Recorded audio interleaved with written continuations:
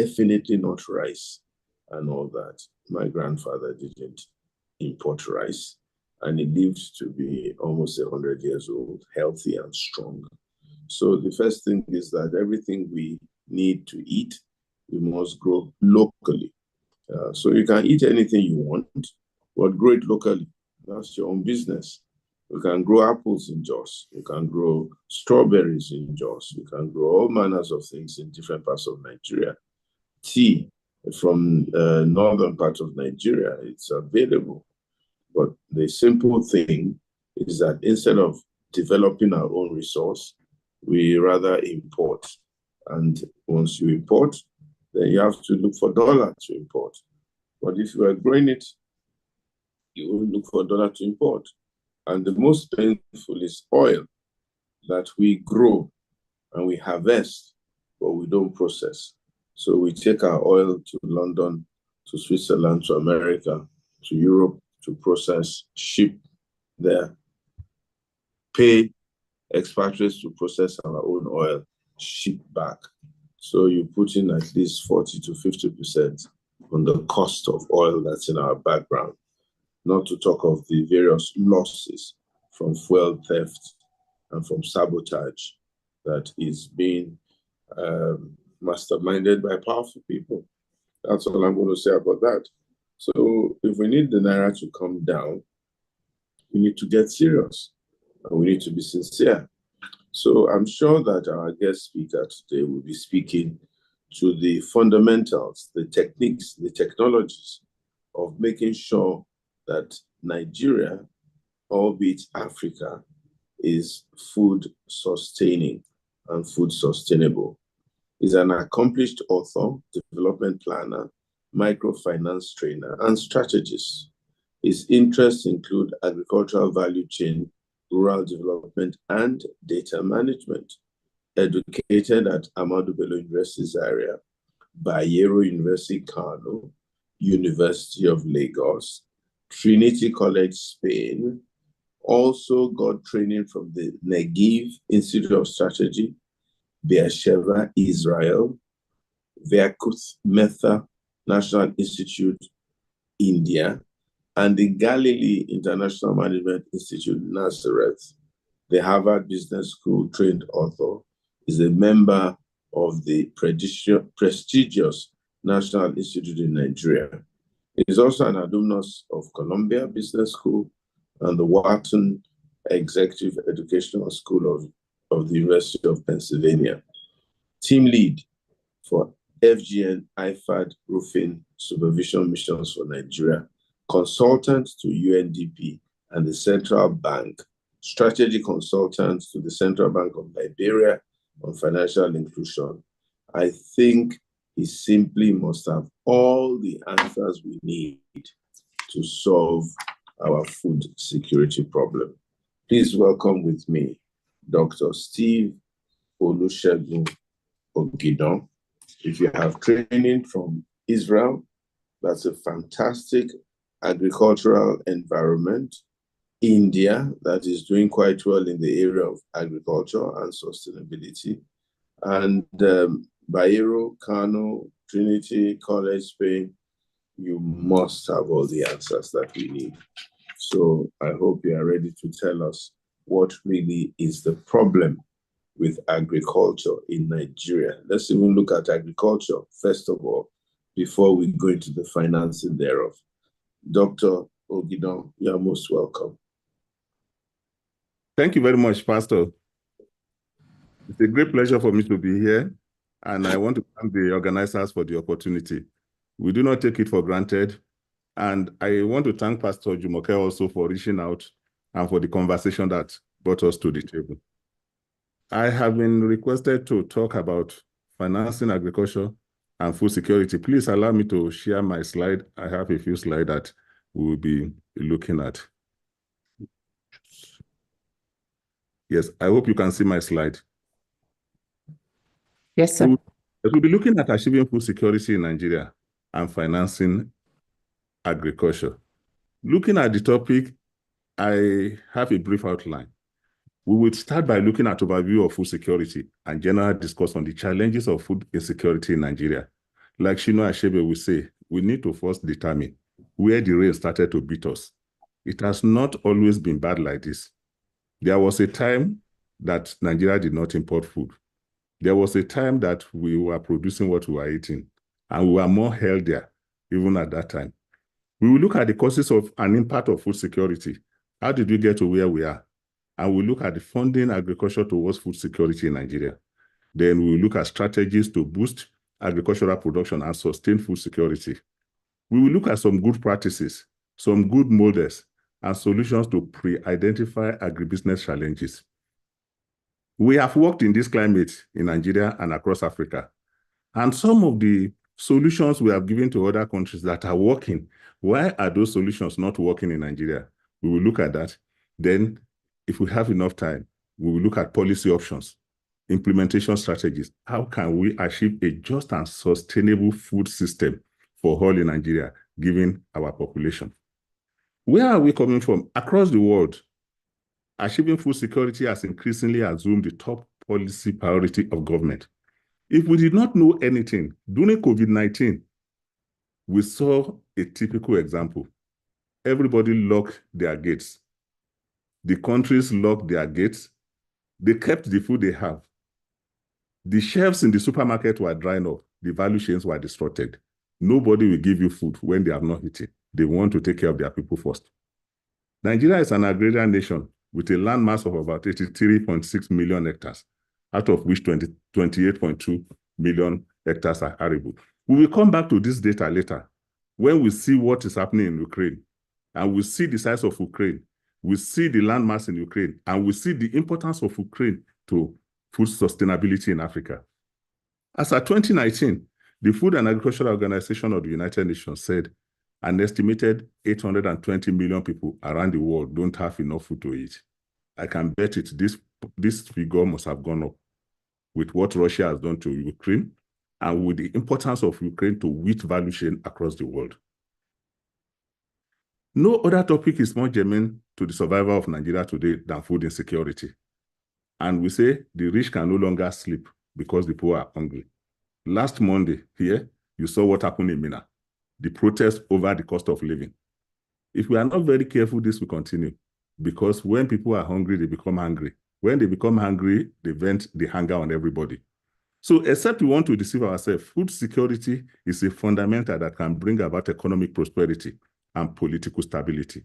If we are able to feed the people, stable economies, stable political systems, address food security first. Nigerian agricultural sector holds immense potential, yet faces numerous challenges when it comes to financing. And we can see it's repeat with various instances where lack of bread have led to revolutions across the world. Let's look at our position in the world. In year 2021, Nigeria ranked 97th position on the Global Hunger Index out of 113 countries. In 2022, Nigeria was ranked 103, and indicating that our situation is very serious out of 121 countries. In 2023, the Global Hunger Index that was just released in 2024 January, Nigeria came 109 position, indicating that we are graduated from serious position to alarming situation out of 125 countries. The situation is getting worse. And if nothing is done, it will affect a whole lot of things. When people don't eat well, they are likely to fall sick. When they fall sick, the medication is not there, then the crisis will continue. What is food security? According to the United Nations Food and Agricultural Organization, it says food security exists when all people at all times have both physical and economic access to sufficient, safe, and nutritious food that meets the dietary needs for an active and healthy life. So when we look at it, the three components of food security is availability, access, and utilization. One of our friends, the immediate past managing director of Nigeria Electricity Management Agency, Engineer Weso, was sharing thoughts with us on electricity. He said the question on electricity is not just for you to have electricity. You must have safe electricity.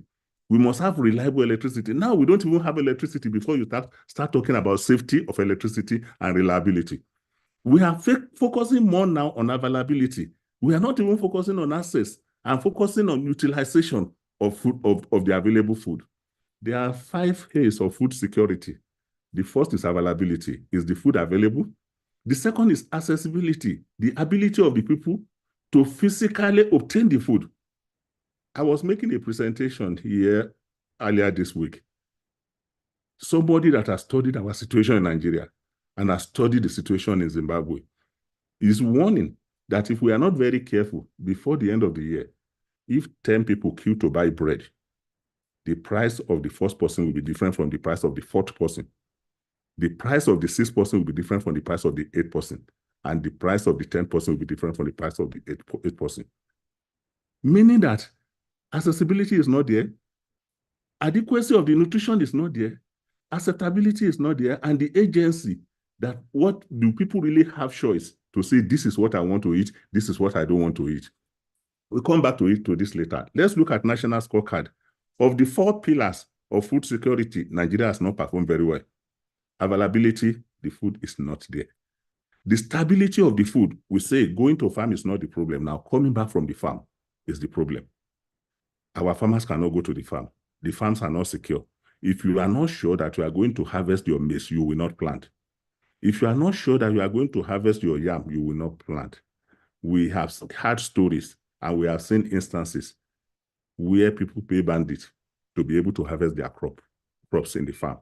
Stability is key to food security. Access is there and utilization is there. Today, nobody is even thinking of, oh, let me have nutritious food. The question is, let me just have any food so that we will not die of hunger. Where are we coming from? Agriculture has, over the years, suffered neglect, occasioned by the discovery of oil. Pastor Etua just mentioned this. Agriculture, again, is one sector that has potential and capability to advance the Nigerian economy because majority of our people are into farming and they are in the rural areas. Unfortunately, the rural areas are no longer safe. And the unfortunate thing is that this is not a Nigerian problem alone. It is a global problem, but we are not just addressing our own problem. 3 biggest threats to global food security: climate change and environmental shocks. The climate crisis is changing in changing weather patterns and increasing the extreme events such as hurricane, floods, and drought is there. But every year when it happens, we blame the nature and we go to sleep. Lake Chad is receding, River Niger is drying up, the flood is affecting the coastal area, the sea is eating over the land. What are we doing? People are thinking of how do they reclaim their environment. We are not thinking in that way, and it is affecting global food security. Population increase and modern food system. Our population is increasing beyond our capacity to produce food.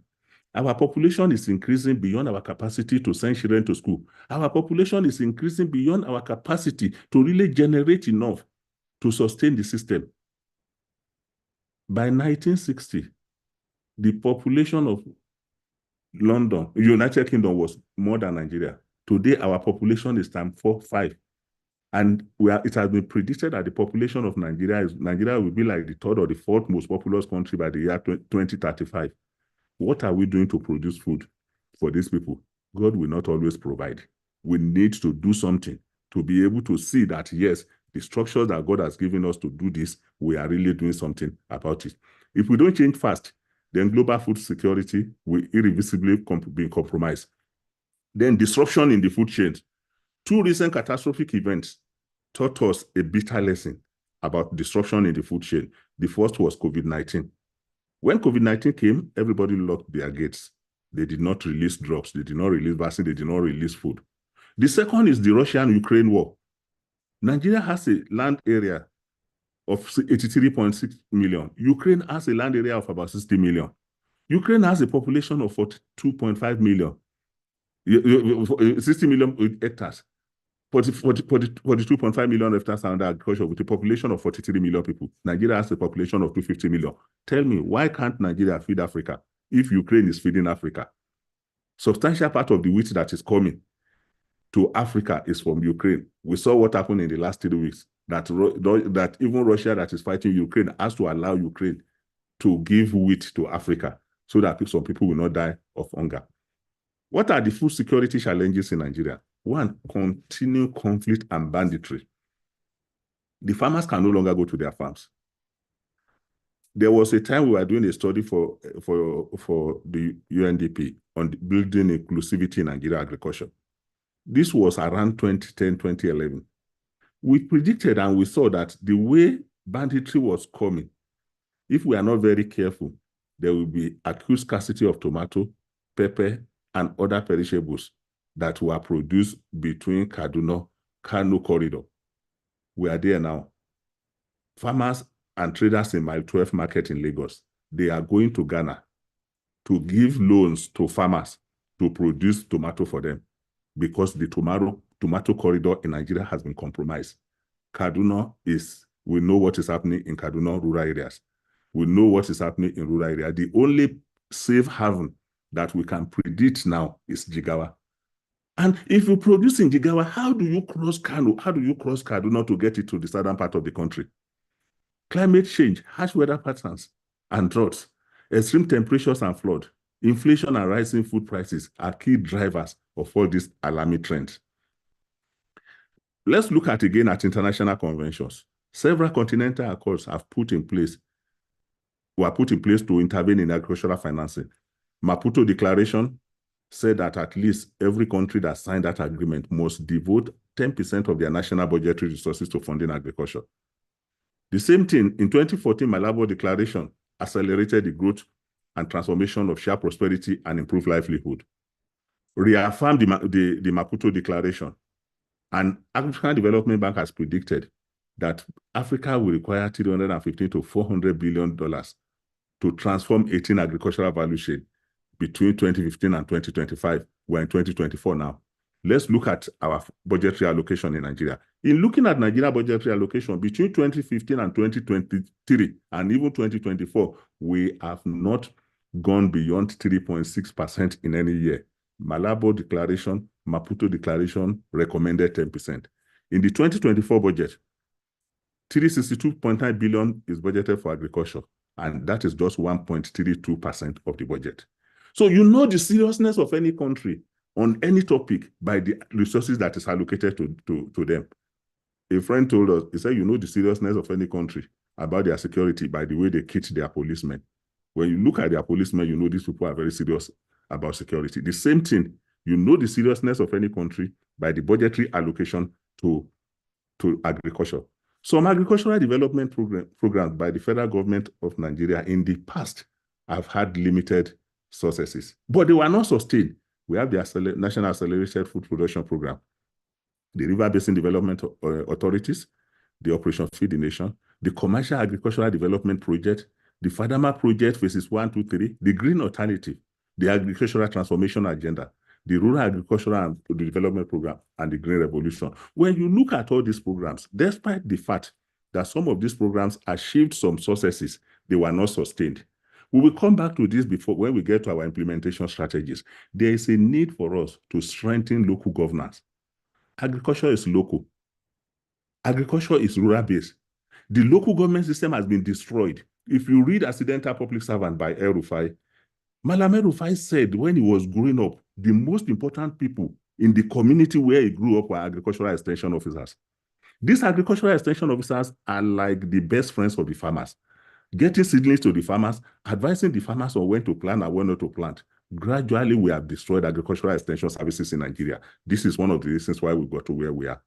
And our attempt to restructure agricultural extension services in the last 6 years that we manage project monitoring, reporting, and remediation offices were resisted by the people who are making money from importation of food. And then we say we have scarcity of dollars.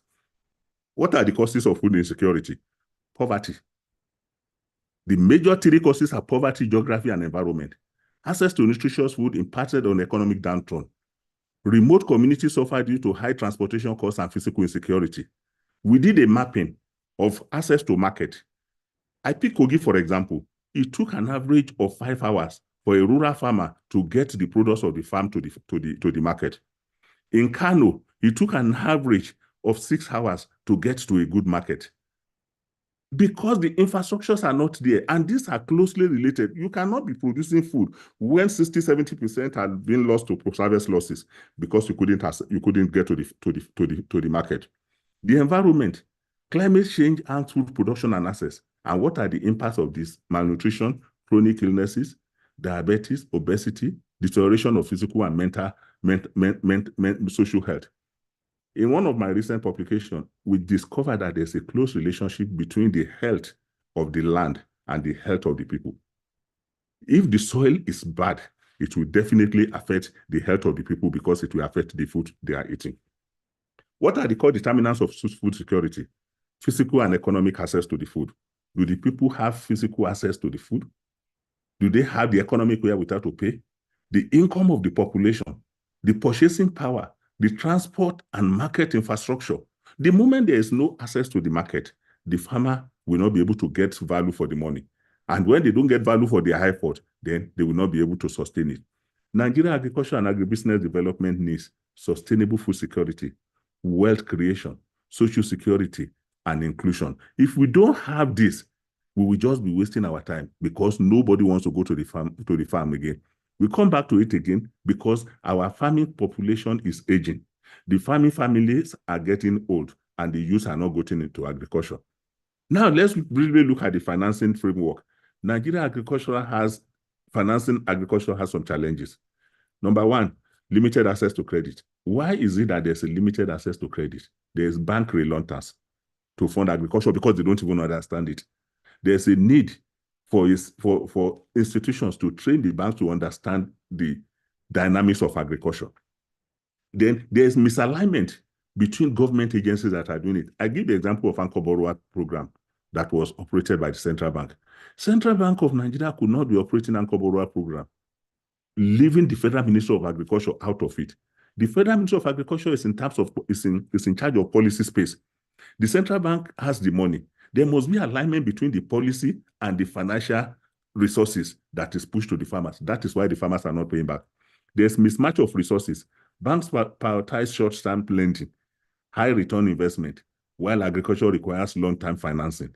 This mismatch creates a structural deficiency in agricultural lending. I come to you as a banker. I request for agric loan. You tell me you have overdraft. I will take the overdraft. You ask me to repay back in 3 weeks' time. I will tell you, God knows that my maize is not ready. So we need to be able to have the appropriate funding for agriculture, inadequate rural infrastructure, limited access to bank branches in the rural area, which makes it very difficult for farmers to connect with financial institutions. Then high cost of borrowing, interest rate, even when credit is available, interest rate tends to be very high. This further discourages farmers from taking loans, and there are so many hidden costs. And most of the time, we have left too many things for federal government to do. Federal government is too far away from the people. Local government, state government, subnational government must be able to help their people to develop their agriculture. Kano stood out as a state that was able to improve agriculture under the military regime because of the then governor, Audu Bako, that did a lot of infrastructure when it comes to irrigation system. Some of those irrigation systems are still there. And that is why we have the prosperity in the Kano-Kura rice corridor. So there is a need for state government to take over this responsibility and think forward the same way the military administrator of Audu Bako in Kano did it that time, they can still do it again. Those military administrators did not even have tenure. Many of them did not stay long. And yet they were able to put structures in place. Political leaders, politicians that have 4-year term must be able to put structures in place to be able to develop the rural infrastructure. Lack of financial literacy, policy inconsistency. We just give the example of Anchor Borrower. Weak infrastructure, corruption, hindered growth. The moment there is no coordination between the availability of one and the policy space, we will lose it. There are some solutions to the pre-identified agricultural and challenges which we are recommending. Number one, government intervention. Government must intervene. Targeted policies and incentives can encourage banks to lend to agriculture, such as credit guarantees, interest rate subsidies, and rural infrastructure development. But this must not be done at the federal level. The federal government is too far away from the farmers. This must be done at local government level. We must strengthen local governance. The local government chairman, the councillors, they know their farmers, they know their people. The governors does not know. The governors is too far away, and the governors have too many things in their hand. Microfinance institution, tailored financial products and services from microfinance institutions to cater for the specific needs of the farmers. In the work we did in Kenya with Juhudi Kilimo, Kenya, Judy Kilimo is the first African microfinance institution dedicated to farmers. They give loans in input and they get the repayment in harvest. We must be able to do something like this in Nigeria. Financial technology, fintech companies are all over the place. Innovative financial technology solutions can improve access to financial services for farmers in remote areas and reduce transaction cost. Farmers cooperative, we must be able to pool resources together and encourage our farmers to form agro-geo cooperatives. They cannot do it alone. There are some other solutions. The federal government has signed quite a number of agreements. For example, the IFAD Federal Government Value Chain Development Program, the IFAD Livelihood Improvement Program. The federal government has demonstrated these programs are operating in limited space. For example, Value Chain Development Program is operating in 10 states of the Federation. Other states must be able to copy them to boost agricultural productivity. We have seen instances when my company was managing the IFAD project in Ogun State. By the time we finished that activity, 6 of our extension workers that we sent to be working with the farmers, they did not come back to the company. They set up their demonstration farms and they are working with the farmers because they have seen that farming is profitable if there is security in the farm. Federal government must secure the farmland. The state government must be able to replicate what the federal government has done, and we must be able to empower smallholder farmers. We must build inclusivity. We cannot say because we want food security, we have only one farmer feeding Nigeria the same way Ukraine is feeding Africa. We must be able to create employment for our people within the agricultural value chain. There are some other solutions. Strengthening the value chain. Invest in storage and processing facilities. We have said it again and again. You cannot be the rice farmer doing primary production. You cannot have a rice mill as a farmer. You cannot be in charge of logistics, and you cannot be in charge of transportation. Identify the value chain where you want to produce. Key into that value chain and focus on it. For example, look at ginger. The best ginger in Nigeria is in Kaduna State. The ginger farmers are producing. They must be able to say, oh, yes, you are a ginger farmer, but there's another person that is going to do haulage, that is going to do farm gate processing. Another person will do transportation. Another person will do exportation. A poor ginger farmer in Kaduna does not understand the psychology and the technology of export business. There must be other people that will be able to do those things. Strengthen the value chain, improve market access, and reduce food wastages. If we address broader challenges like conflict and insecurity, we will be able to reduce food crisis. Unfortunately, most of the things we are not looking at, we think that banditry, criminality in rural areas, kidnapping for ransom are just isolated issues. They are not isolated. They are part of it. There was a time when we were doing a study about banditry and we were talking to the Miyetti Allah and the other people. Some of these people said that the issue was that the cattle rearers, the herders, were not protected by the system. Just the same way the farmers are not protected. The cattle rustlers will come and rustle their cattle, nobody to protect them. Then the water they give their cattle has been contaminated, nobody is addressing them. Then there was the issue of non-biodegradable nylon that is killing the cattle, nobody is addressing them. We must be able to identify all the actors, from the cattle rearers to the herders, then to the farmers, identify their interests and protect them. They will be able to protect the community. They will be able to protect the area. When we were growing up, when I was in the university, my mother told me that when you are traveling and you need to ease yourself in the bush, you need to look for anywhere there is cattle on the road. That means the herder is in the bush. If the herder is in the bush, then the armed robbers cannot be there. There will be no criminal because those herders were occupying the space. Today, anywhere you see cattle, that is where criminals will be, because nobody is occupying the place, ungoverned areas. So we need to govern all the areas. We need to identify the areas, strengthen local government to be able to do better in those locations. Collaboration and governance, multi-stakeholder engagement. We cannot sit there in Abuja and continue to talk and be blaming this group. There's a need for everybody to come there. The money for local government should be given to local government. They must be able to do their job. Private sector, farmers organization, research institutions, to develop and implement effective food security strategies, effective policy framework. The poor people have been abandoned by the government. The government must go back and engage with them. And we must have data-driven decision-making. How many people? Who is buying what? Who is producing what? When and how? We must improve productivity in all segments of the agricultural value chain: mechanization, financing framework, mechanization, operationalization framework, agro-geo-cooperative. I give you the example of what we did in Angola. In Angola, government was giving subsidy on chicken because the cost of chicken was very high. Imported chicken from China was cheaper. We discussed with the government. We said, you don't need to give subsidy on chicken. All you need to ask is ask the why question. Why is it that the chicken that is produced in Angola is not competitive as the imported one? They said because the price of maize and soya beans is high. Why is it that the cost of maize and soya beans is high? It's because the farmers are producing at low level. They cannot mechanize. They said, now take over this, take the subsidy, move it to mechanization. Mechanize the farm. Let the retired generals in the local areas, give them tractors.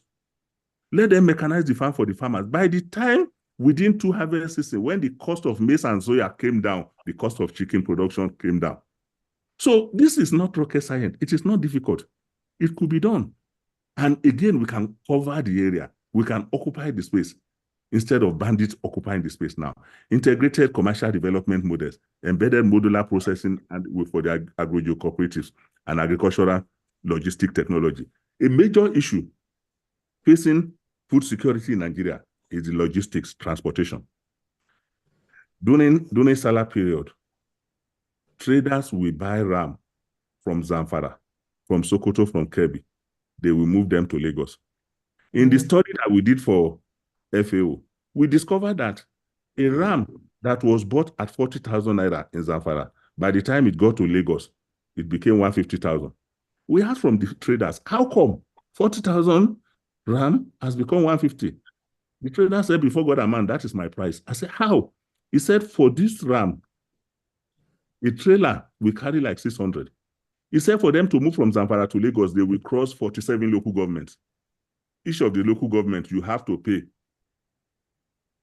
like 500 naira per ram, multiple taxation. He said somebody will have to bear the cost.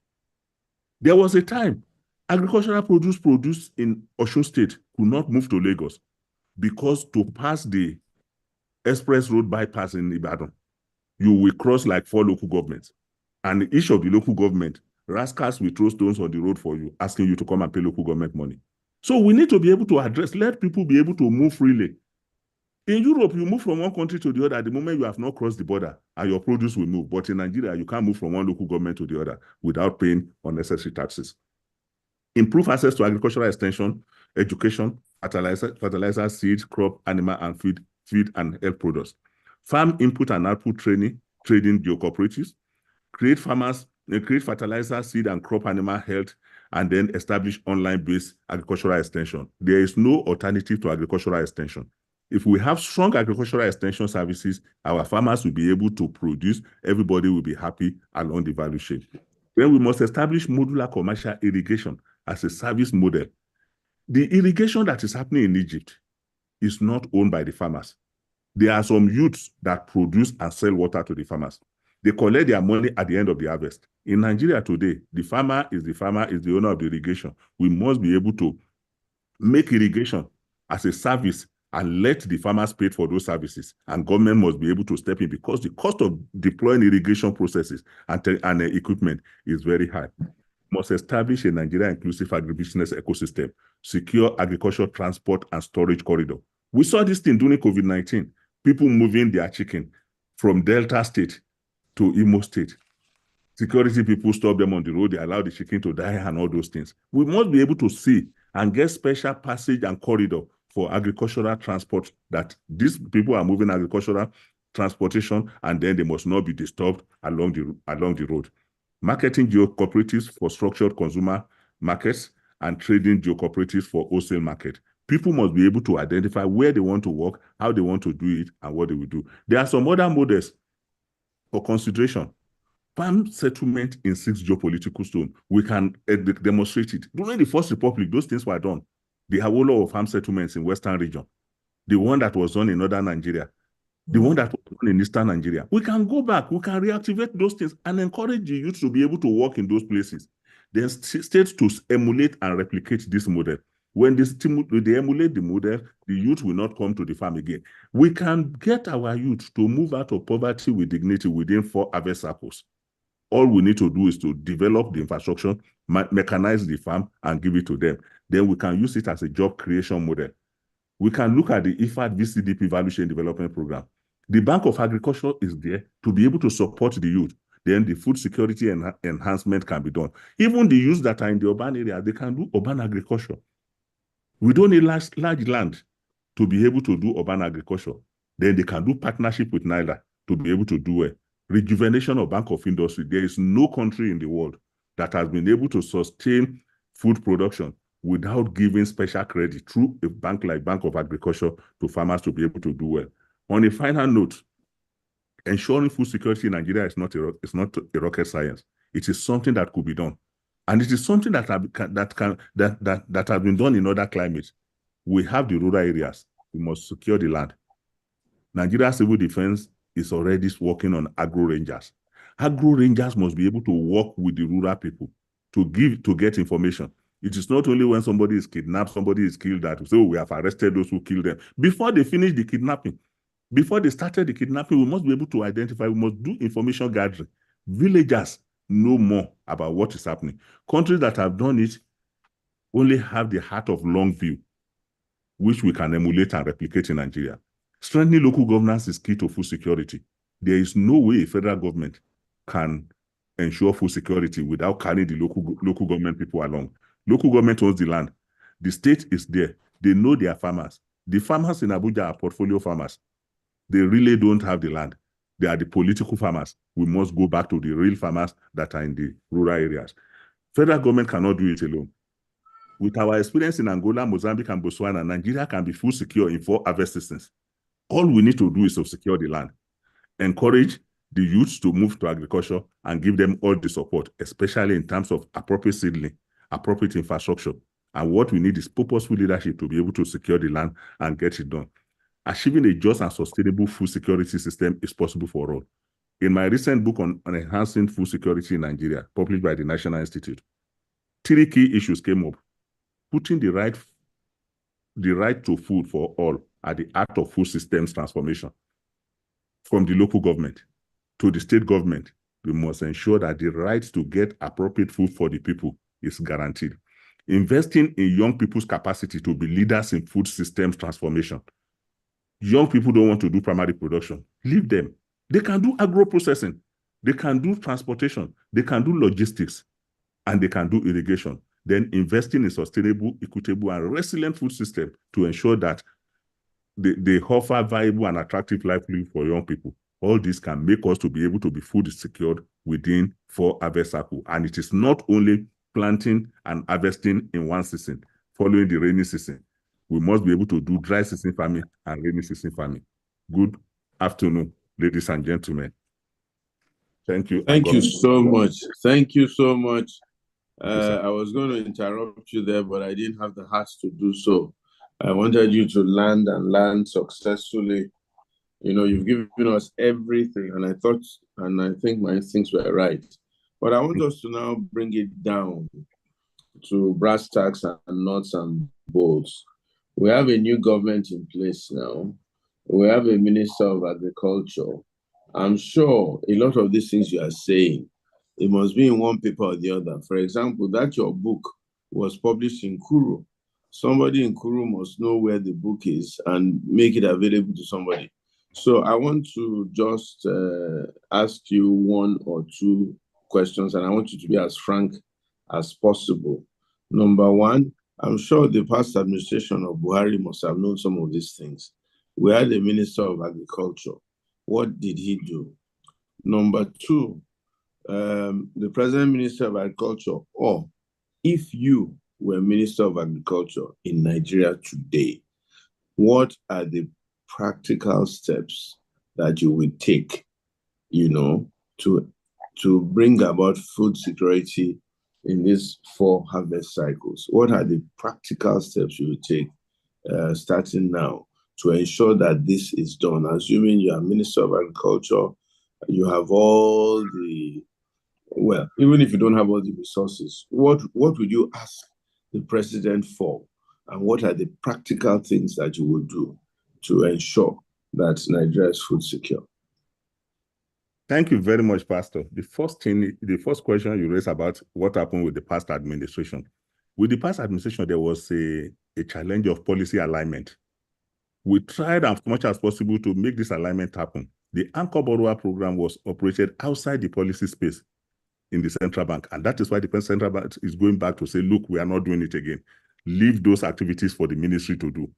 Then when it comes to what to be done to make our food secure within 4 harvest cycle, it is very simple. All we need to do, we have 774 local governments in Nigeria.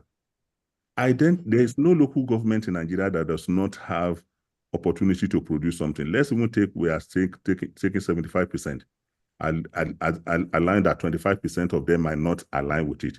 All we need to do is pick 500 youths per local government, clear the land. Why is it that it is difficult to do agriculture? Land preparation. Let the local government clear the land. Let them allocate the land to the youth. Let them produce. I give you a practical example. When we were doing the FAO studies, we went to a farm in Okeogun, in Oyo State. This farm is owned by engineer Adeniji.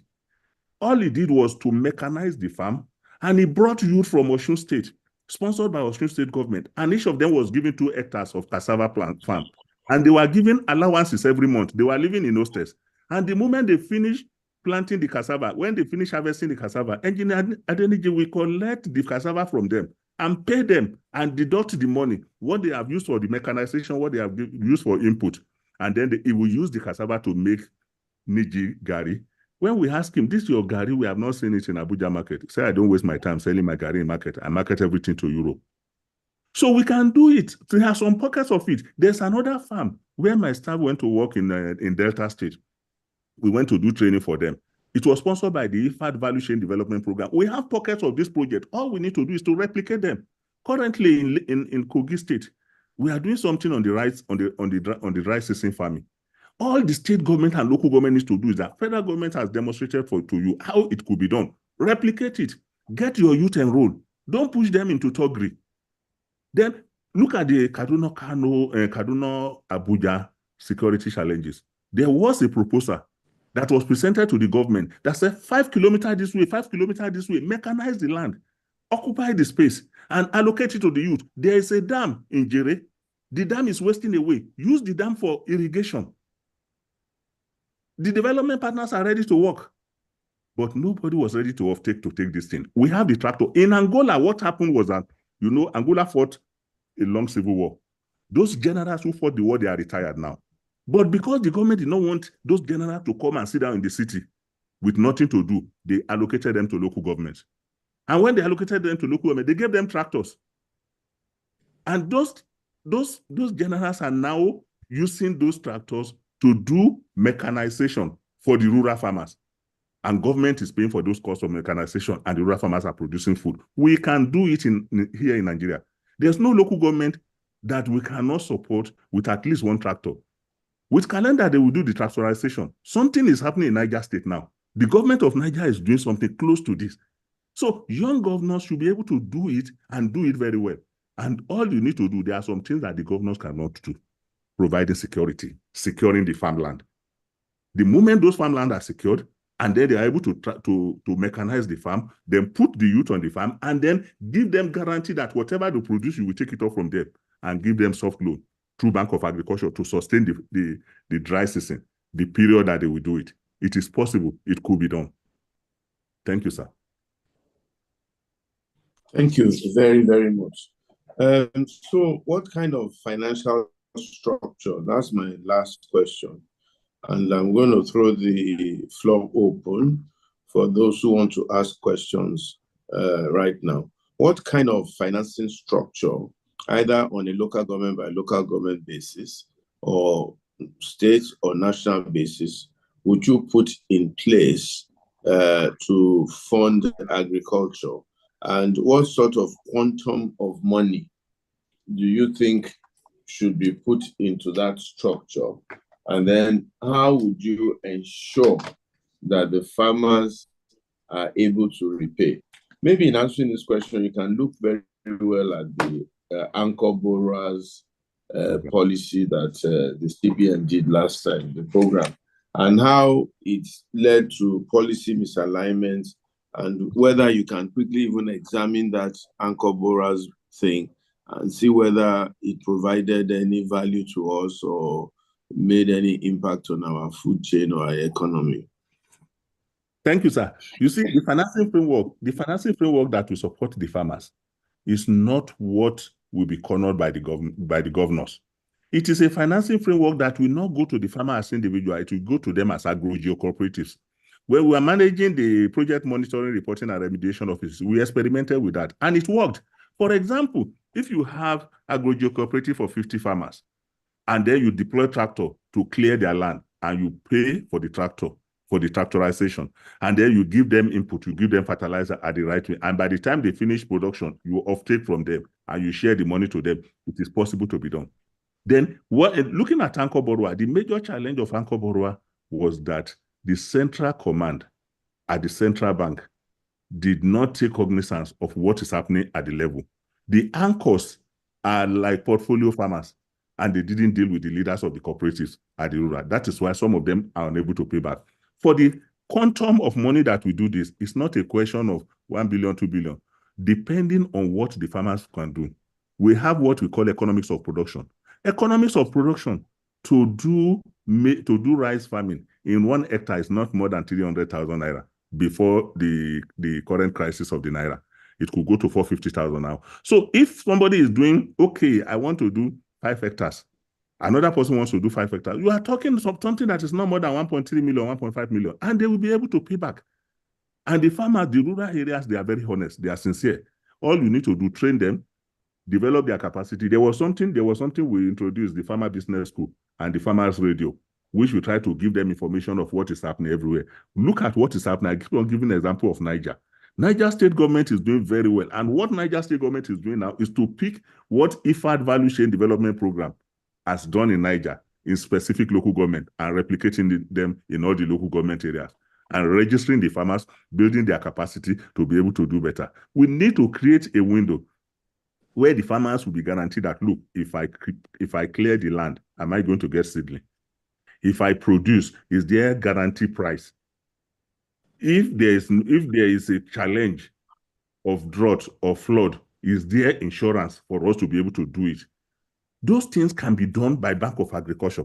They have the branches there. But again, every government will want to create a new window to be able to do things differently. But we have structures in place. Number one, IFAD signed agreement with Federal Government of Nigeria. Federal government has paid its own counterpart funding. The states have paid their counterpart funding. What we need to do is to get other states to key into this IFAD project so that they can do it, because it has been demonstrated that it could work. The Rural Finance Institution Building Program that IFAD first did in Nigeria, the project finished and then there was no continuity. I was privileged to be the team leader for the first, second, and third IFAD supervision mission for Nigeria. Our recommendation was very clear. Replicate this project. Let it go around the country. If we are able to create 1,000 farmers per local government, we are talking of 774,000 farmers. And then if they are able to produce, we'll be able to create market for them. If my 12 market traders could go to Togo, they could go to Ghana to give money that they collected, a loan they collected from Dangote, to bring tomato to Nigeria. The farmers in Ghana, they are planting tomato for Nigeria because we have the tomato corridor in northern Nigeria has been given to bandits. So those are the issues. Everybody has his own role. Let people specialize on what they can do. Federal government, secure the farm. Civil defense, secure the farm. State government, capacitate your youth. Local government, clear the land for them. Let them do it. There was something that SMED and did sometimes ago, a lot of one product, one local government, one product. It's a major study. All the government needs to do, dust it up. There's no local government in Nigeria that cannot produce one agricultural product.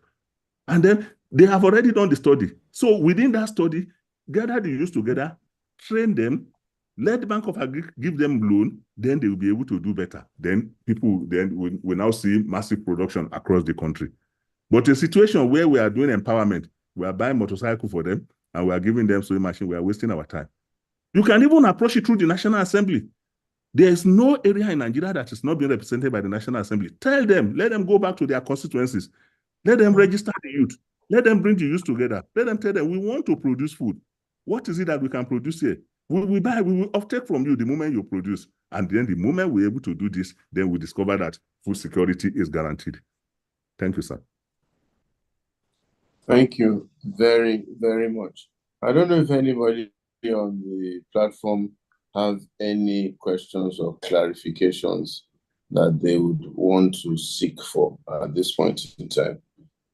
Jumoke, Sonny, are there any hands up? There are 5 hands up. We have 5 people. Okay. Or 6 now. Okay. Can we take the first 4? And then we can then take it from there. Okay. Mr. Ola, we've asked you to unmute. Please ask your question. Good evening, everyone. My name is Olagbite Joseph. Thank you so much, Pastor, for this. And also I thank Dr. Steve for this. I've been a farmer for a very, very long time, for about 20 years now. And Doctor did mention to train the workers at the farm. I guess that's a very, very big challenge, sir, because from my own experience in Kogi, where I had a cashew farm, where it was leased to me for years, I found out that the Okada we bought for our farmers was taken over by the Bale, the Oba there. And when you try to train them as well, you found out that they want to ride Okada. They do not want to work. We also have a farm in Ogun State back then, which we've shut both of them down right now because the workforce, it's not there. The Nigerian youths of these days do not want to work. All they want is fast money. And I guess this has to do with the government of the day over the years. Nobody knows where anybody makes money from. You just see everybody buying one car or the other. We don't ask questions anymore. So I feel that this is a big challenge. And for some of us who have been in farming for years and we're shutting down, this is one of the major reasons, sir. Apart from the security, training those youths to come and work at the farm. Even when we brought in about 4 people from Togo to come and to work for us in Nigeria at the farm in Ogun State, the same thing still happened. The locals there told them not to work. Let them just use the Okada that we give to them for easy transportation to the farm for where we house them. But they will not do that, sir. So that's a big challenge. Number 2, if we want to start up a rice production or further rice, what will the cost implication be? Because I'm looking into that right now to see if I can set up that again. Thank you, sir. Thank you. So we'll take 2 more questions, sir, and then maybe you can group them together. Mr. Olugbenga, please go ahead with your question. Okay, good evening, everybody. Yes, My good name evening. is Olugbenga. So quick question for Doctor. My question is with proper irrigation system all year round, can we have all year round agriculture than the seasonal ones we do have? Like, for example, they'll say cassava you can't produce cassava until this particular month of the year or this time of the year. So that's my question. Can we do all year round farming if there's proper irrigation? Thank you. So we'll take 1 more question from Nii, and maybe you can answer those 3 and we'll take the next set. Please go ahead with your question.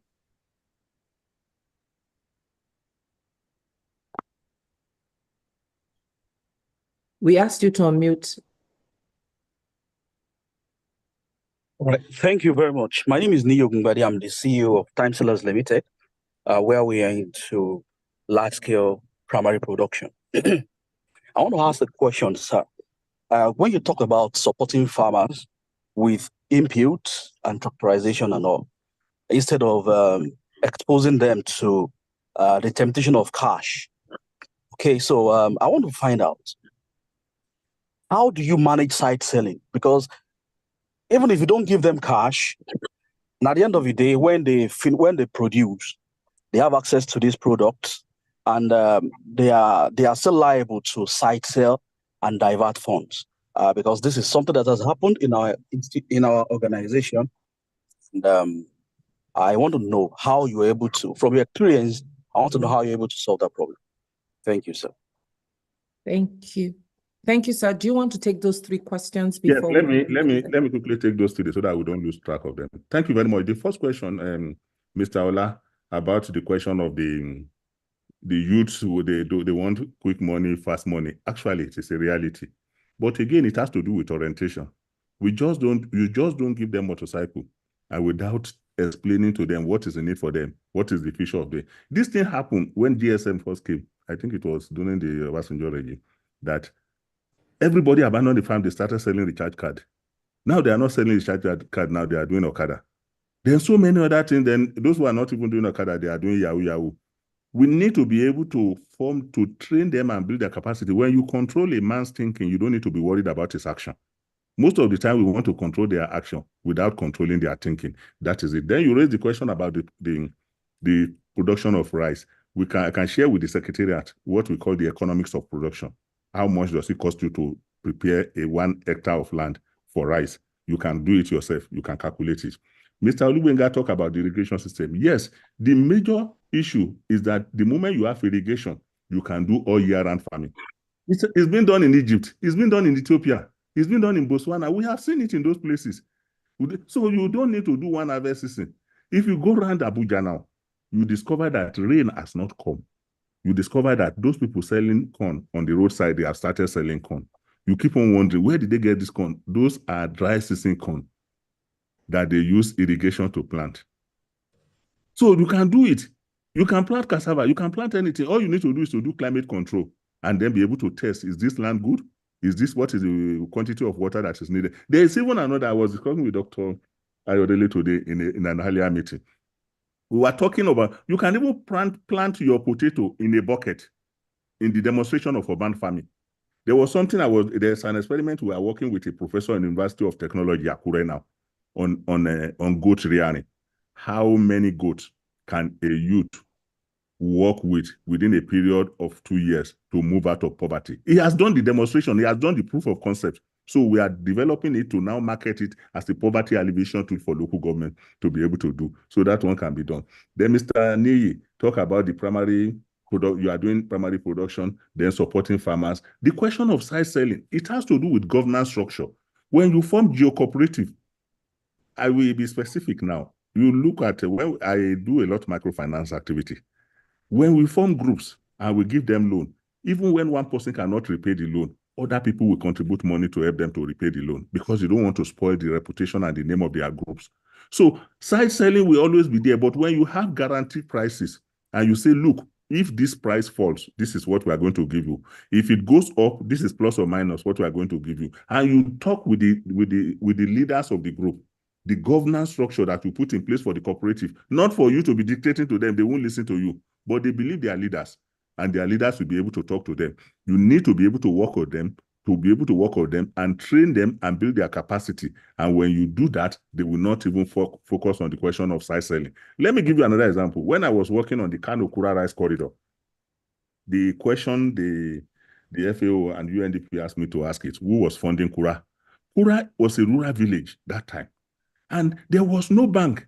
Then we discovered that people are getting money from Kura. Who is funding Kura?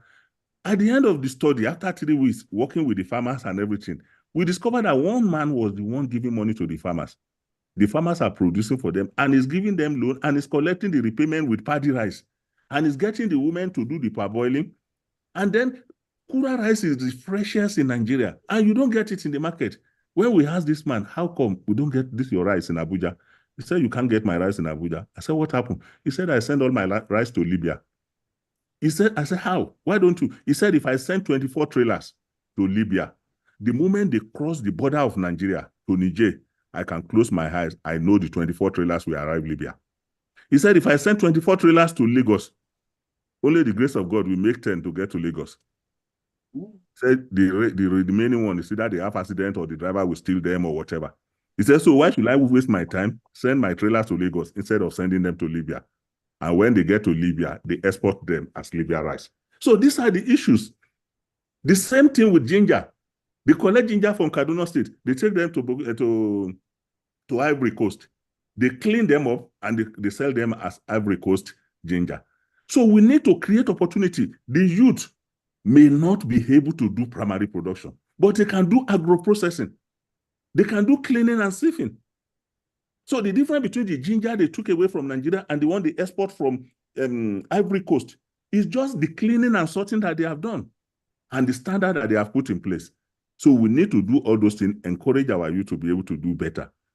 Thank you very much. We can take the next round of questions. Okay, sir. Thank you. We have, can we have Mr. Segun, please ask your question, and then we'll take Professor Grange and Mr. Temitope Ajayi. Yeah, thank you very much. Thank you for a fantastic presentation. Yeah, my name is Segun Olushote. And I think what you finished with in your last answer, basically where I'll start from in terms of the question. So how can we build a network? Or let me start from here, sorry. So I heard that during Buhari's regime, there was maybe about 500 billion that was actually allocated to agriculture so that people can produce things and then we can export and it can help our foreign reserves. And so people could get loans easily, but the big percentage of that amount was not taken up because of practical issues that people had. So how can we build a a network, like value chain that takes into consideration all of these processes from some people are farming, the produce is going to be taken to a certain particular point. There are people who are going to take that and transport it to warehouse. There are people who are going to do irrigation. How can we do that? And I'm wondering, like somebody with your expertise and all that, right? What interface do you have to the government? For example, these failed attempts in the past, was it that they did not have this sort of information that you have given us that's very valuable?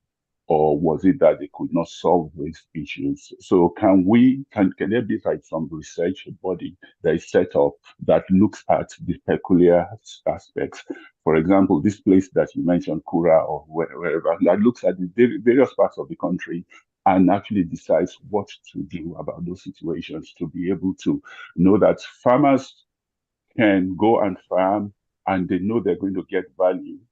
Okay, and what they farm is going to be, the logistics exists to distribute it all over the country so that people can get them at reasonable prices, and it can reduce our exports. I mean, it can increase our exports and reduce the number of things that we import in terms of food, in terms of agriculture.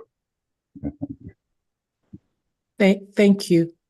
So we have 6 hands up and a couple of questions in the chat. So these are the last hands that we're going to take. May I have Professor Grange, please go ahead and ask your question.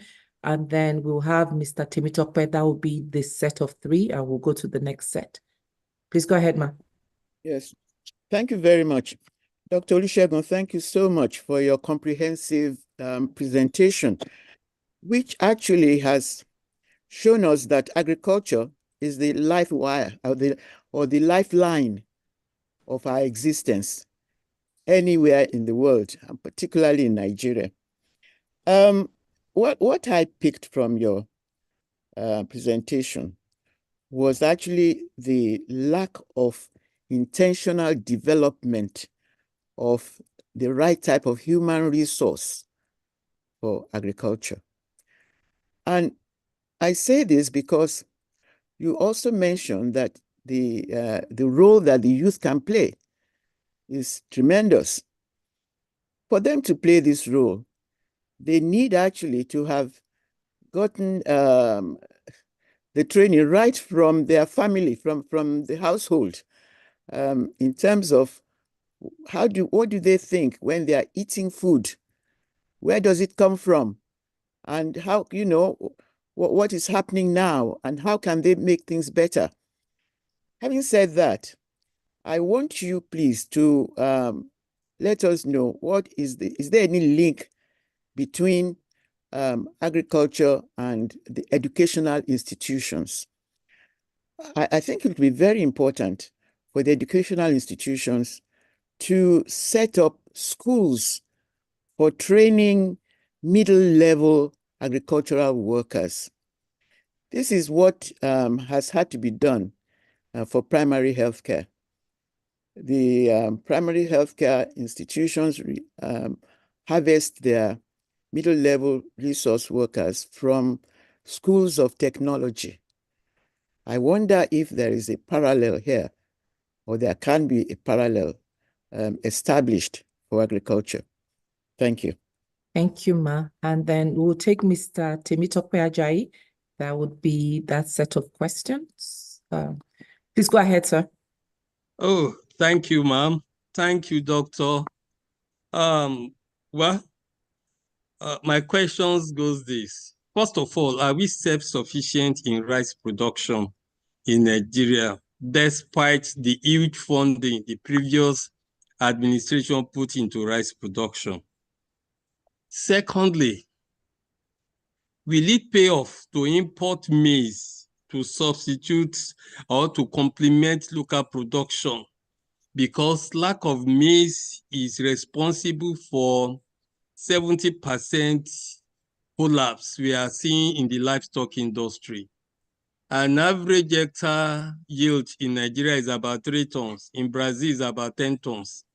Is there any advantage if we import maize now, if government deliberately import maize to cushion the inflation we are experiencing with the maize products in Nigeria, being 70% of all livestock consumption? Thank you, sir. Thank you very much. Let me just quickly run through these 3 questions before we lose track. Mr. Segun Odusote, how can we build network?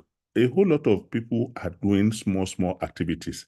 All we need to do is to bring them together. I remember Lagos Business School has this group of Oxfam farmers. I took that class. I trained that class, and I was intentional in following them up.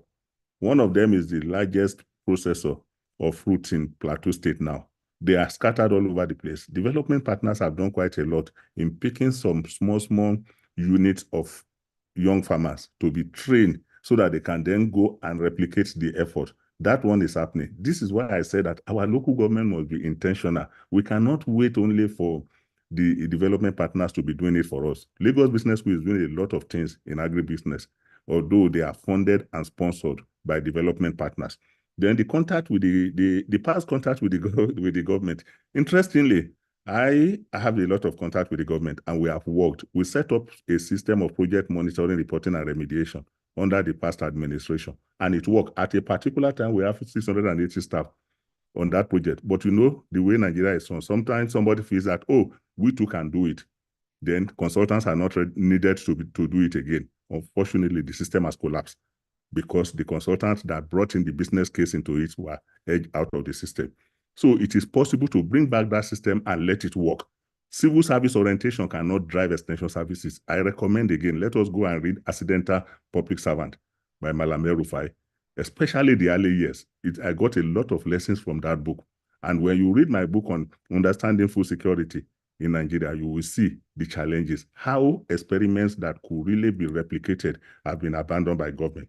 So Prof mentioned about lack of intentionality. You are very correct. When I was in ABU, anyway, somebody will say it is where you know. ABU is one of the universities that have the largest land that I know. And quite a number of students were really farming on the university land. And they were producing food and they were selling because it is secure. Today, you can't go into the bush, leave your hostel and go into the bush now and say you are farming. Then your parents will ask you, what are you doing there? So there should be a collaboration between the training institutions and education. When we're in primary school, we have agriculture, we have our demonstration farms that people need to do, and then you demonstrate all those things now. We don't even want our children to do it again. So there must be a collaboration between the educational institutions and training of the middle level agricultural workers so that they can be able to produce. Then we change our orientation. Mr. Temitope Ajayi talk about are we self-sufficient in rice production? No, we are not self-sufficient, but we are on the path. Then secondly, again, you see what has happened in the rice corridor, the Kebbi rice, the areas are not protected. When you look at another thing for you to know the impact, how people move out of poverty. When you look at people who go to Hajj in northern Nigeria, the highest number of people that went to Hajj, they were in the rice producing area. Kebbi, Jigawa. Where did they get the money to go to Hajj? It is from their farming. Because the model that the economics of production we put in place, if you do dry season farming, you do rainy season farming, the second dry season farming, you become a millionaire. It is that very simple. I have a rice mill in Suleja. As of today, we run short of paddy to run the rice mill. Meaning that if we have more paddy, we will be able to get more rice to the market. But if we now say, oh, because we are running short of maize, we want to open our borders to bring in more maize, we are going to kill the growing industry. We are going to discourage the farmers. What I will take is that let government do massive production. We recommended it in Angola, they did it and it worked. We recommended it in Mozambique, they did it, it worked. In the next 2 weeks, high policy level delegation is coming from Mozambique to come and understudy what we are doing in Nigeria. It is being led by a minister. So they see what we have done, they see what we have recommended to them. They want to see what we are doing here. All we need is commitment, intentionality in the way we get this thing done. But again, I can say it again and again, local governance is key. If the local government is not there, forget it, we are wasting our time. How many times does the governor visit all the local governments in the state? We see instances, local government chairmen are not even living in their local government. They must go back to their local government. We want to see what they are doing. They must be giving money to be able to do it. And those are the people, in those localities, those are the people that are doing it, and they are doing it very well. Then the question of maize, I've addressed it. We must not open our borders to importation. We must be able to produce. It's easier to produce than to keep on importing because they will come and dump. And when they dump, the psychology of dumping is to discourage your local production. And when they discourage your local production, they increase the price. It's just simple economics. And they can even come and give you free at the beginning because they want to kill your own local production system. Thank you very much. Thank you, sir. So we have 4 questions. We have 4 hands up. Maybe we can take all those 4. And Pastor Sonny will come up. He also has a couple of questions of his own. Please, we ask that you please keep it very short because we are running up on time. May I have Otumba Charles? Please ask your question, sir. We've asked you to unmute. Yeah, good afternoon or good evening. My name is Otumba Charles. I just want to ask, do we have a planting map for Nigeria? What I mean by that is this. In the Netherlands, by each locality, they already have a map that shows if you want to grow potato on this hectare of land, this is the amount of water you need. This is the amount of fertilizer you need. And your harvest should be minimum this amount. Because I see a lot of people go into farming, they do not understand the soil that they are farming on. They do not understand what has happened to that ground for the past 5-10 years, and they expect maximum yield on the land, which will not happen. So once again, thank you very much for your presentation. My question is, do we have that map for Nigeria so that you know when you go to a locality, if I'm planting yam, minimum, I know the amount of water, the amount of irrigation I must do, and minimum per hectare, I should have this amount of volume of harvest. Thank you so much. Thank you. Dr. Itwa, please.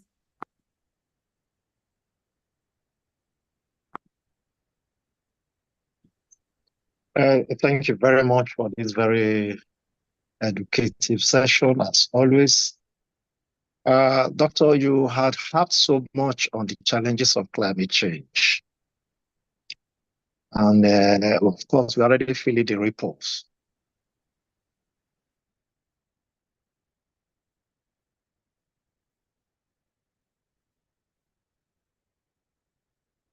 I can't hear you. We can't hear you, Dr. Itwa.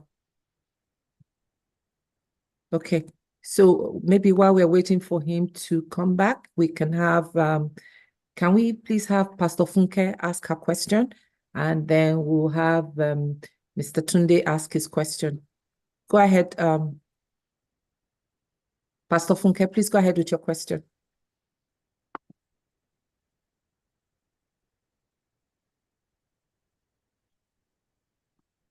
We've asked you to unmute. Okay. Okay, we'll take Tunde. Lisa. Thank you very much for the opportunity you've granted me to ask Doctor a question. My question is very basic. I'm just new in farming. It has been a long-term hobby. I come from the construction industry. Basically, I trained as an architect, but I had a flair for farm. Most of my architectural projects were due to farming structures. And now that I'm having a group within us, a cooperative group, we have close to 400 acres of land around Ogun State. One of the questions we have been asking ourselves is that which is the best way to clear the land in such a way that we don't damage the nutrients? When we got some tractors to do it for us, they were charging a humongous amount because of the sudden increase in price of diesel. So when we went to the local farmers, they were happy to do it. But then when we called in tractors to come, they come and check the land and they say they can't use their tractors on this land because the way the cutlasses were used to clear the land left some spiked shrubs which could damage their tire. So we are now caught between the rock and a deep blue sea because we were trying to do mechanization, but we wanted to be economically sensitive. So I don't know what you advise in such a way that the nutrients on the ground, from what I'm told, is basically about 450 millimeters deep. And if we scrape that topsoil or burnt it, we will not get the best out of the land. So please, if you don't mind, I need some small education on how to go about this. Will I say stumbling block? Thank you very much. Thank you very much. Otumba, let me start with Otumba. Otumba asked about the planting map. There's no planting map, but what we have is value chain map. The value chain map has identified value chains of interest. And those specific localities, I picked in particular, I pick rice, I pick tomato, I pick maize. Rice corridor, you know, it is Kanokura, it is Kebbi, it is Zamfara, it is Jigawa. Wheat is Jigawa. Potato is Plateau State. So for those localities, those studies have been done, and some of them were actually supported by development partners in getting them done. So if you are looking for value chain map, you can get value chain map, and you can know the kind of the land, the texture, and everything that you can use to be able to get your planting to be done. Then Tunde talk about the new, yes, you are new in farming, and then the challenge. You see, land preparation is a very technical thing. You can't say because you want to cut cost and then do not do it well. If you don't do it very well, you will destroy the land. You see, if you use tractors to do land preparation, some of the trees that they will pick from, they will uproot from that tree, they will squeeze them again and return them to the land as nutrient. It is a major error that you have done by calling the local farmers because it is cheaper. It is like using caterpillar when you are supposed to use tractor. When you use caterpillar, they scrape the road like you are constructing road. It's like when they scrape the road, you want to plant anything, you can't plant anything because the land has been destroyed. You need to be able, those are the kind of studies you need to be able to do before you even go into it. And again, then you check the availability of water and the quality of water with what you want to plant in those areas. Then it will make sure, it will help you to be able to do it right in that place. For the ones that you have done, local farmers have already helped you to do it. Let them continue because the tractors will not come. Then there are some equipment, there are some small that are not even big that Chinese have brought in that you can use to do your land preparation. It may just take a little while, additional time, but you cannot move as fast as when you call in the tractors to get it done. Thank you very much, sir. Then thank you. Dr. Itwa talk about climate change. I know you come back again to that later when we get the clarity about the question. And Pastor Funke is back on. Pastor Funke, do you want to ask your question? Yes, please. Good evening, everybody. Sorry for the interruption. I was just talking, it's very clear, the Yoruba say, I've been really sad about the agriculture of Nigeria, but learning from Doctor today, I know that we're not in a very bad place. And from what we learned in economics, division of labor will necessitate the use of specialization and then machinery. And it's like Nigeria is slowly and steadily getting to that stage. From my background, I know that my grandpa, my grandfather was involved in cocoa, rubber, and all that. And we happened to thrive over time with this cocoa thing. When my brother Shegun got into a certain place, I think to do with imports and all that, he was approached by these cocoa people that have been abandoned, and all that. And he said his interaction with them brought a lot of buoyancy to the system. And I'm wondering, because from what he said just now, the lack of continuity is a big problem, because another government just comes and zaps what has been in existence.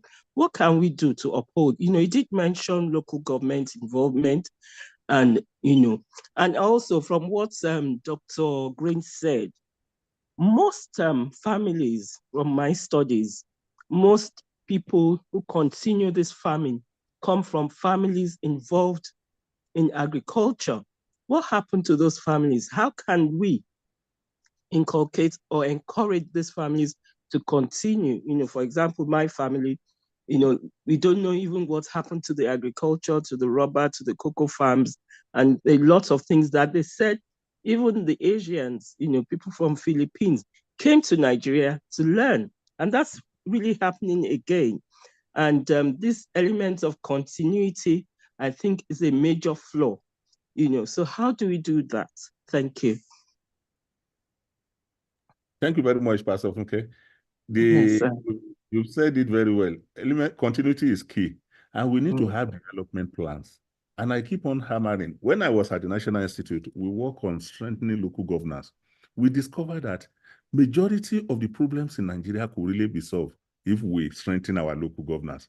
It is the local government that is closer to the people. The local government should have a development plan and say, okay, this is what we want in this local government. This is the land we want to prepare. These are the youth we want to encourage. We know one generation to the other. We know the families, we know the farming families that are there. We know who owns the land.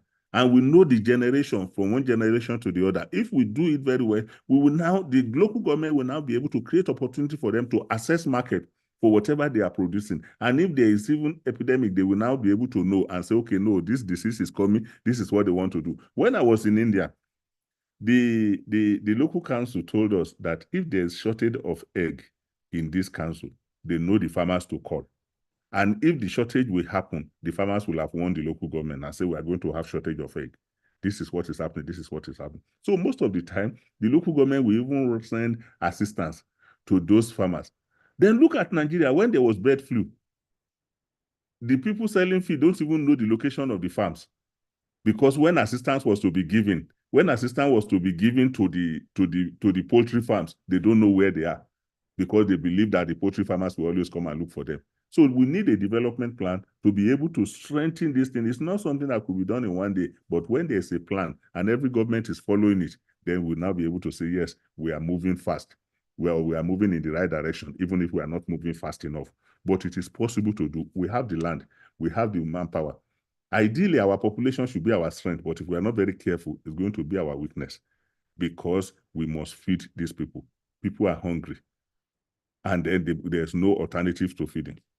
Thank you very much. Thank you, sir. Pastor Sonny. Thank you very much, Jumoke. Good afternoon, good evening, or good morning, wherever you are, sir. Dr. Steve. Excellent presentation. I can almost feel your passion when you are talking about this. And my question really still comes around to governance.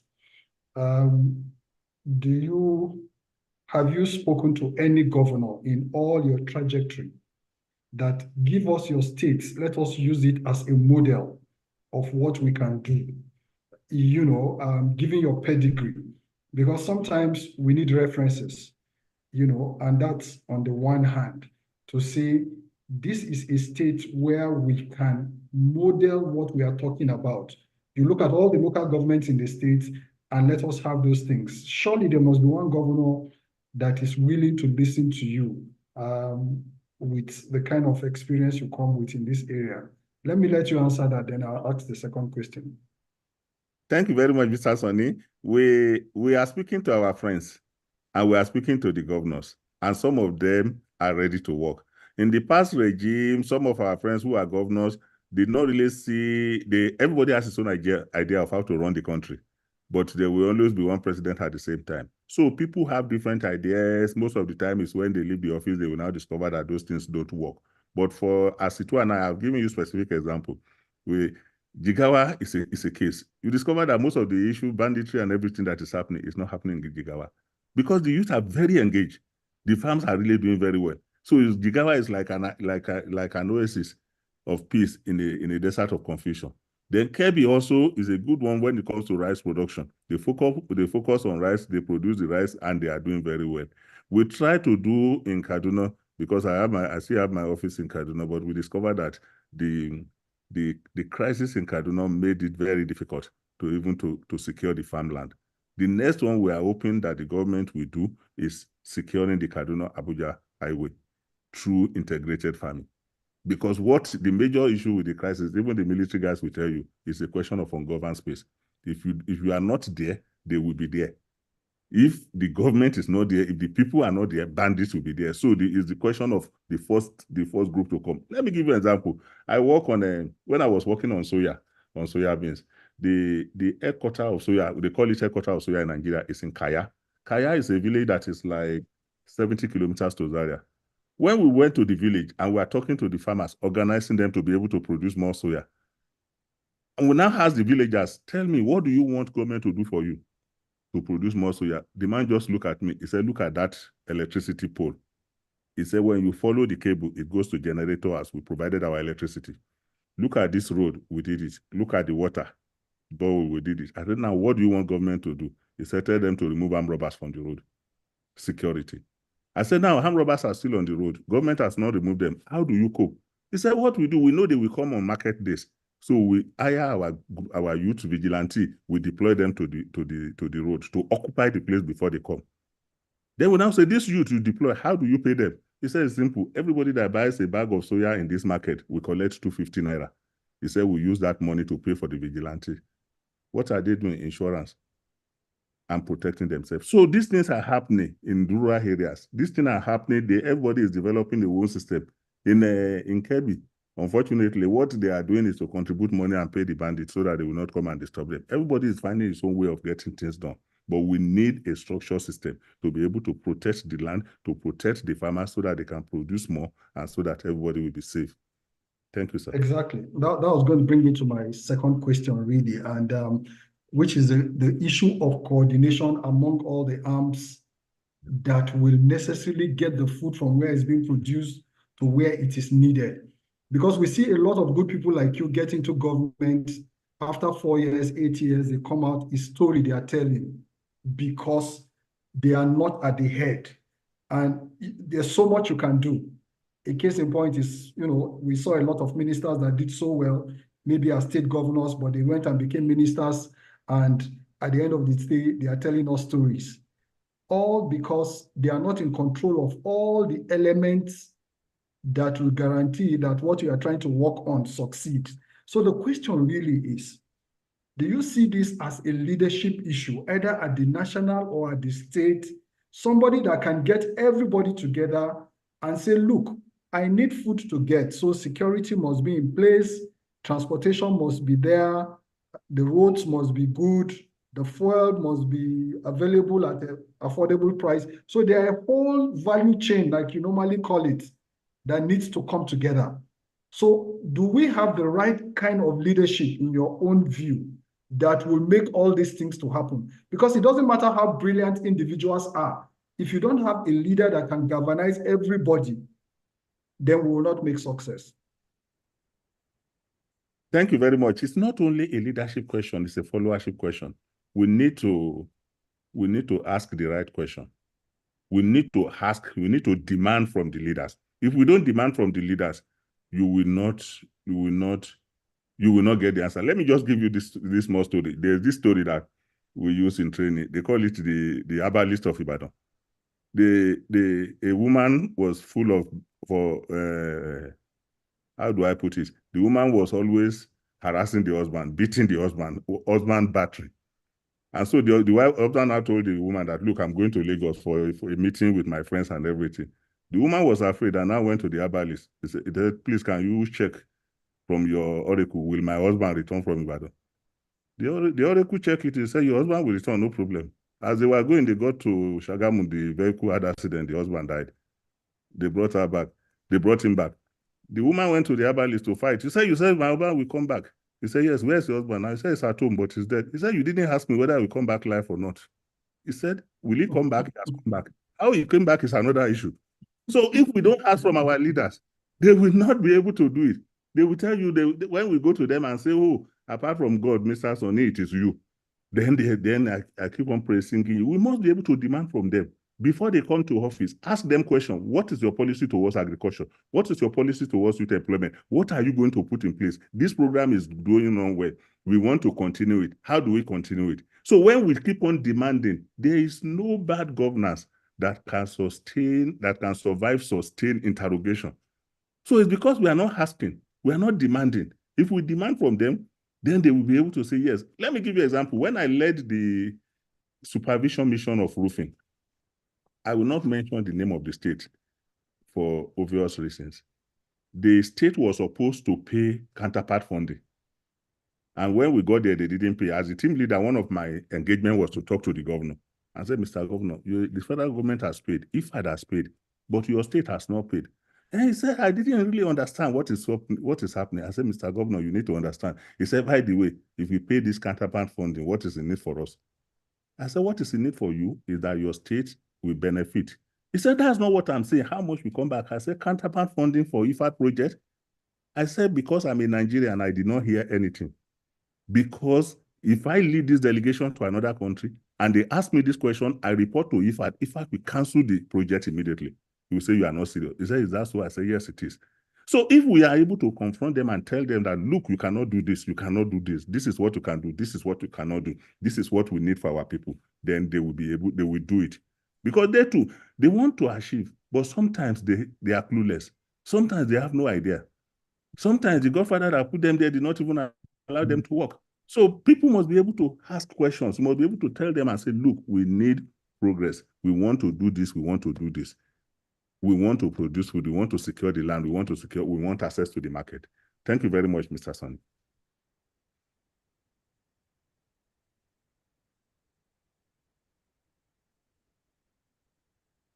Okay.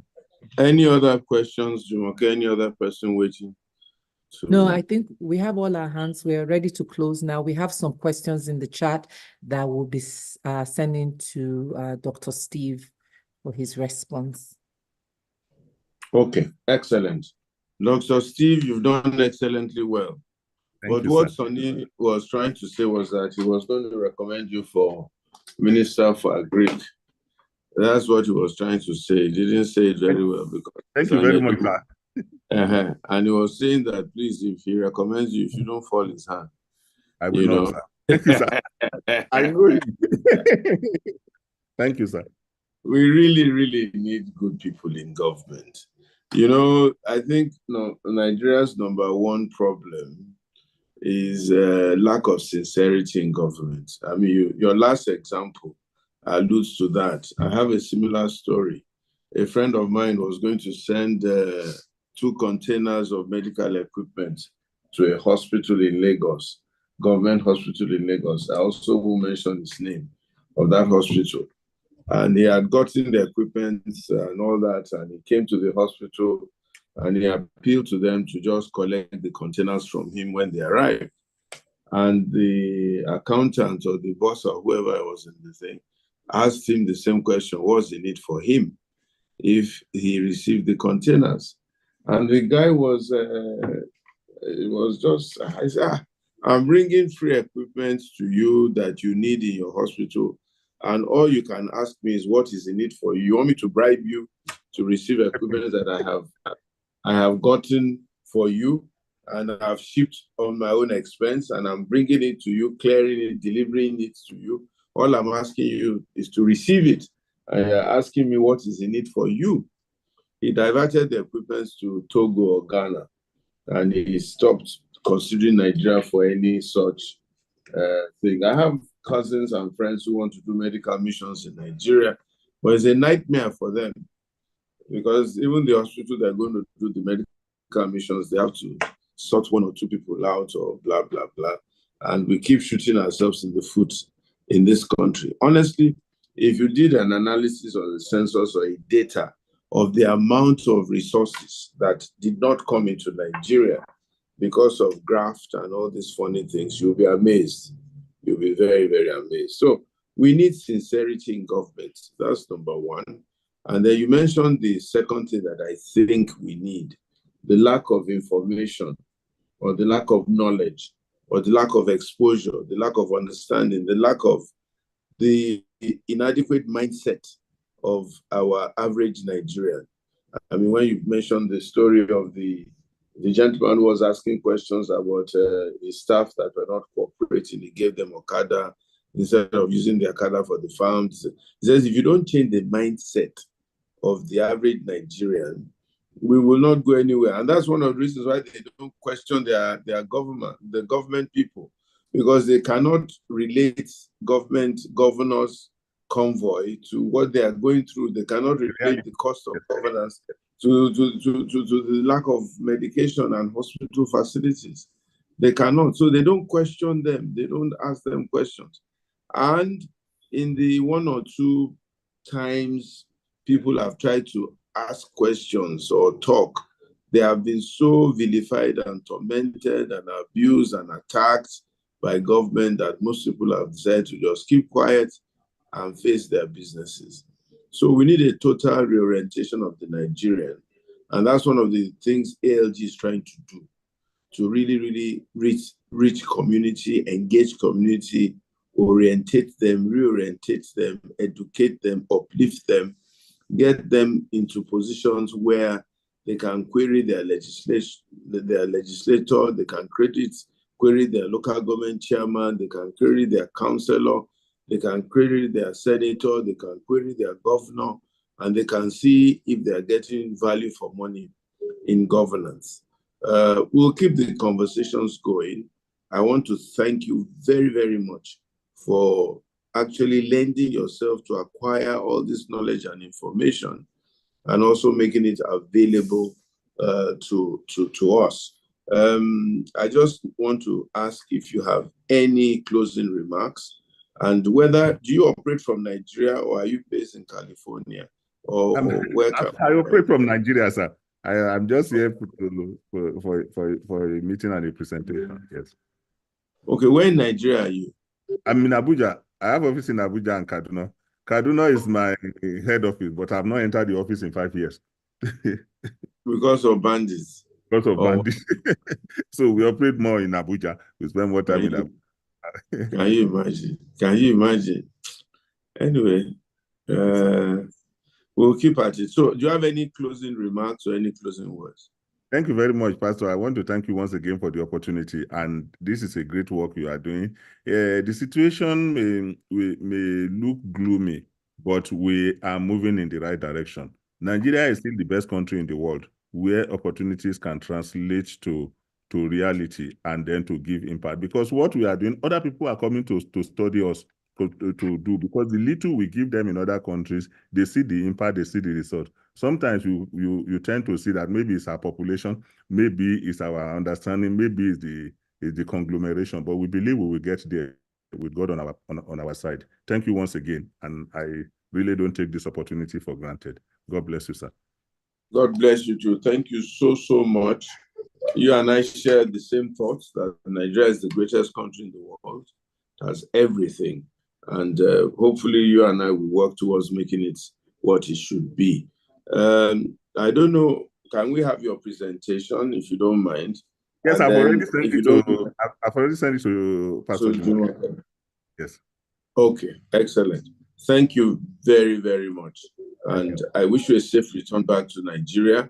And I wish you a very pleasant stay in California. And blessings and Godspeed to your family. Thank you very much. God bless you.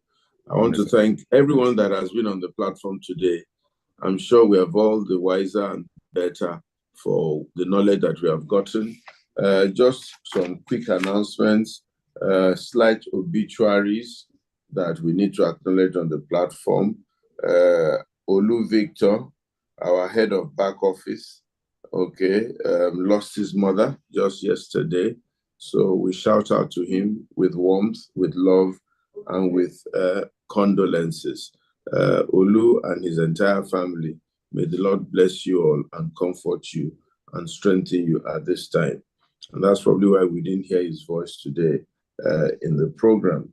Also, we had a guest who was here some time ago, and he was working with us to get our CRC into universities, Professor Don Koffa.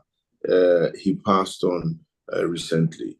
Our hearts and our minds, and of course, our letters of condolence will go to his family. And whatever we can do to support them at this time, we will do so. May the Lord comfort them greatly in Jesus' name. God bless you all. Still enjoy the rest of 2024. And by God's grace, before the end of this year, we'll be half food sustainable. And then in 2 years' time, we'll be totally food sustainable. In Jesus' name. Amen. Okay. Jumoke, Sonny, any other announcement? No, nothing from my end. We do have we have a link in the chat for those that are interested in engaging ALG. Please go ahead and fill that form. We'll get your contact information and we'll be in touch with you. But we do meet here every Thursday, same time, same Zoom link and same passcode. So thank you. And then we also have Dr. Steve's presentation. We've asked you to send an email to membership@africaleadershipgroup.org if you're interested in getting a copy of the presentation. Thank you. Thank you to all those joining us for the very first time. Acknowledge your presence here and grateful to have you. The doctor say where they can get his book.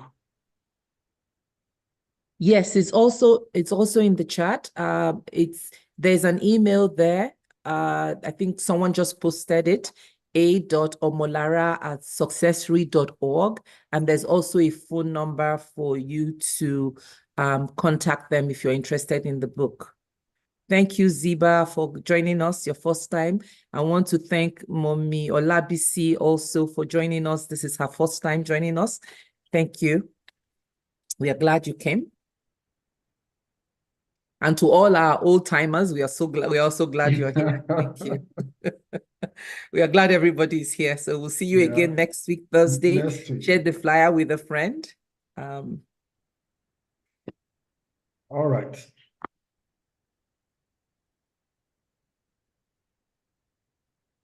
I'm putting the link again to the email address in the chat room. So please get that. Is membership@africaleadershipgroup.org.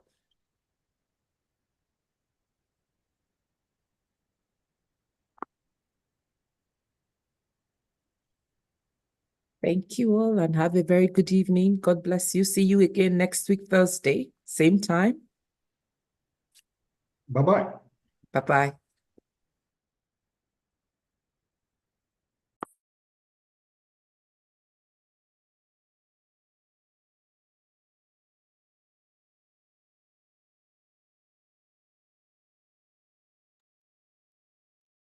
Bye. You can end the session now.